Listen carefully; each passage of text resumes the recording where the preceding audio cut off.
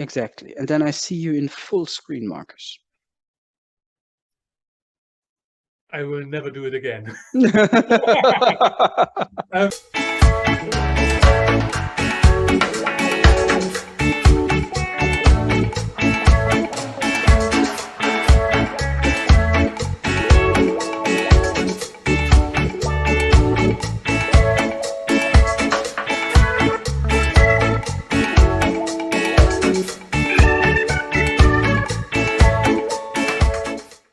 Hello, everybody, and welcome to our first Blitzmarmelade in English. Now it is.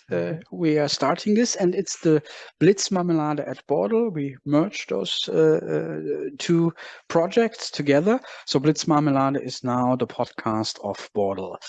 And we have an interesting topic today.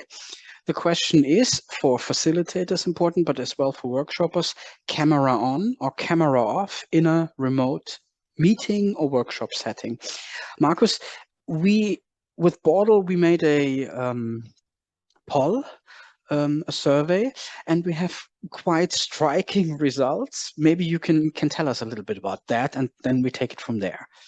Well, we launched this poll, I think it was around 2 weeks ago, and in the end, we came up that 83% of participants said they always have the camera on.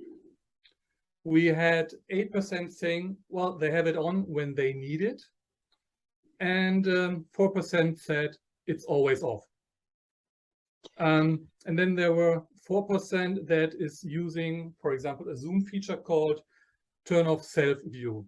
The interesting thing, and I'm pretty sure this poll might be a little bit biased with only 4% saying it's always off. That's not what I experience in many meetings. But anyhow, I think it gives a clear direction that really there are a lot of people that having it on. And we connected this, this poll to an article in Harvard Business Review, which was about the research question, okay, camera on or off. And I think it's important talking about what scientists found out. Absolutely. I would say, you say it's a little bit biased. I would say it reflects what like facilitators and workshoppers think about that, and not the overall people out there in the office. I think we have to keep that in mind. It's a pretty good point, yes. Yeah. Totally agree. In regards to what the scientists say, and I think you did a deeper dive on that, but what I found very interesting, that the camera on off topic is in science very much linked to the Zoom fatigue, as we call it, or remote online meeting fatigue, which I think is very interesting, and we as facilitators should be really aware of that problem. What we always say is, well, put on your camera because it's better for engagement, it's better for participation, etc. And what this study found out is more or less going into the opposite way, saying, well, camera on leads to Zoom fatigue or is positively correlated with Zoom fatigue. And Zoom fatigue leads to reduced engagement and active participation, which is not what we want. No, we actually want the opposite. So what I heard in another study, it's about as well seeing yourself. This makes you so fatigued. So it's as well about you mentioned that feature that you can actually turn off, that you don't see yourself, but you still have your camera on, which is not taking your camera off. That could be something. I would say that I see you and that you see me and my gestures and so on. This creates a certain form of trust. And I think that is important for workshops. This is important for design sprints. This is important for retrospectives and check-ins. It might be not as important for meetings where you discuss a certain topic, where you are knee-deep in some kind of process description, organizational things or so on. I would say there it's okay to say hi at the beginning with the camera on and then turn it off. So I think it depends on the situation very much. And I think research actually backs that a little bit, or is...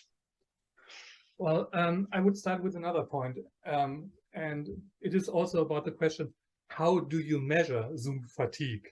Because it's intangible. It's nothing that you can really grab. So scientists also developed a kind of scale with which they measure it. And they identified, or one study identified 5 dimensions with different items in this scale. So they were looking, for example, at a more general perspective, which was, for example, the question, how tired do you feel?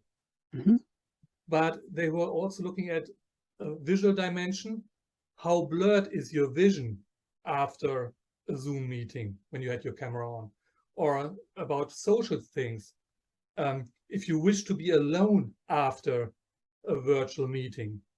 It's about the virtual motivational dimension. How motivated you are to do things after the meeting. Are you too tired for doing it? And last but not least, emotional dimension. How moody do you feel after a video conference? And I think that already helps getting more the details of what Zoom fatigue could mean and allows to dig deeper, because it can really be an issue when you have a company or are in general going saying, well, you always need to have it on. I think that is something that this study shows, that you need to be more careful when it's really needed and helpful for making progress, and when it's more about, no, we just have to do it like that. The camera has to be on, but then it can also have the opposite effect. Okay. So these are all these aspects as well, like questions that you can ask the people in a workshop or in your company, depending on which perspective you are working. Is there beside those questions, what is it, like the scale? Do you have any more results on that? Like what they found out, or what they think what it is? Well, the interesting thing is they found out that there are even certain groups being more affected by Zoom fatigue. In this case, employees that are newer to the company and women. And their possible explanation about the higher self-presentation costs when you have the camera on. From my point of view, there needs to be more studies going, because every study is looking at a tiny piece and leaves out certain things. So I really believe that there is an issue, especially with, I believe, more video conferences coming also in the future. So there is the need to dig deeper. And then thinking about, okay, how can you solve it? Is camera off really the solution? Or like you already said, turning off the self view, which, by the way, we discussed it up front, works by clicking on the 3 dots in Zoom, and then you can disable the self view. And finally, also the question, okay, where is technology leading us? For example, one question in the study was, okay, would it have a different effect when the camera is on your side? That you don't look directly into it. And of course, the question, how is it going to be with using avatars, etc.? So there is definitely a topic with the Zoom camera on off topic thing, and also technology might lead us out of it. I think it's important as well for us facilitators and workshoppers really to be aware of the problem, to ask the right questions, and to see what is necessary for the workshop, for the meeting. And I feel the time. Wonderful. We just did it. It's over. Thank you very much. This was the first Blitzmarmelade in English. Bye from Marcus. Bye. And from Alex. Bye.